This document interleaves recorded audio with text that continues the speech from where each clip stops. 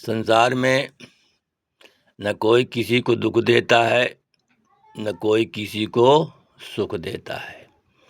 अपने कर्म से मनुष्य सुख भोगता है और अपने कर्म से ही मनुष्य दुख भोगता है। क्योंकि राम न मारे काहू को, पापी नहीं आए राम, और अपने से मर जाते हैं कर कर खोटे काम।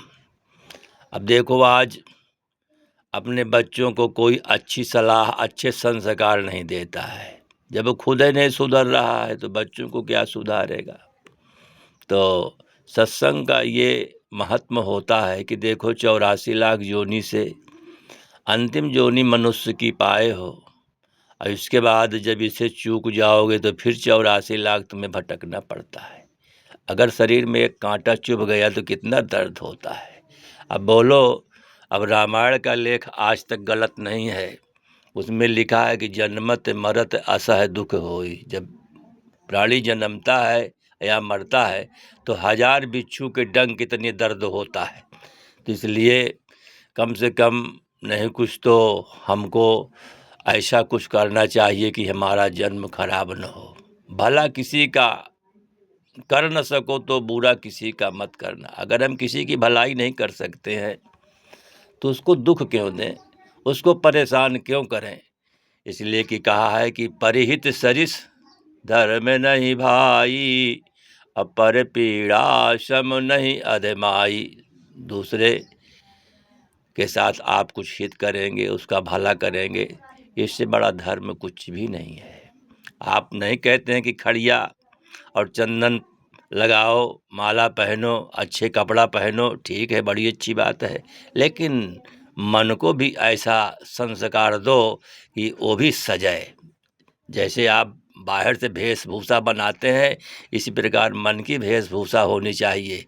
क्योंकि संत का सबसे बड़ा काल होता है लोभ। लोभ पास जही घर न बंधावा, असो नर तुम समान रघुराया। तो कहा है कि लोभ की फांसी में जो नहीं पड़ा वही संत है।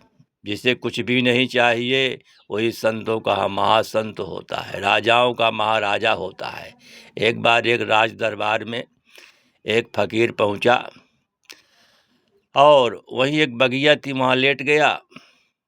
सवेरे जगा तो कहा, वाह, कुछ तो राजा जैसी भी थी और कुछ राजा से अच्छी भी थी।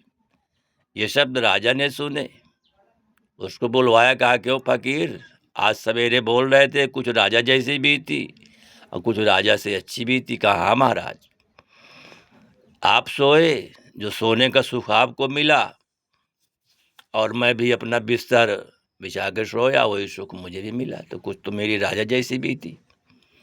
और आप राज दरबार में जाओगे, किसी निरपराध को दंड दे दोगे तो आपका कर्म खराब हो गया। अब मैं जाकर भगवान का भजन करूंगा तो आपसे मेरी अच्छी भी थी। तो इसलिए मनुष्य कर्म का अधिष्ठाता स्वयं होता है।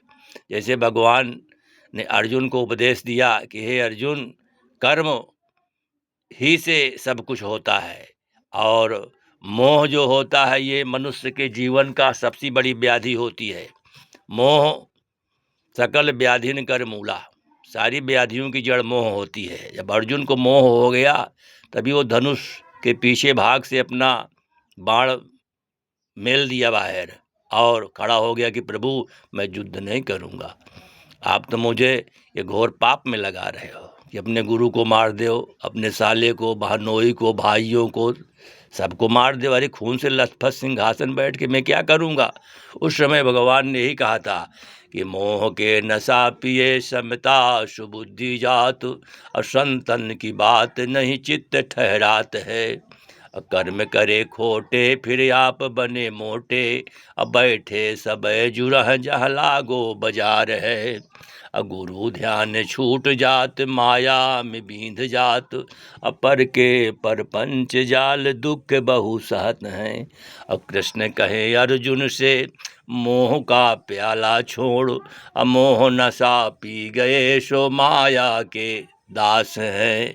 तो इसलिए अर्जुन, मोह को ख़त्म कर, और अविनाशी तो तद्विद्यम येन सर्वमिदं ततम, ये जीव अविनाशी है, इसे कोई मार नहीं सकता, अग्नि जला नहीं सकती, वायु उड़ा नहीं सकता, जल गीला नहीं कर सकता, और ये शरीर तो नाशवान है, इसे नहीं भी मारेगा तो ये नष्ट हो जाएगी।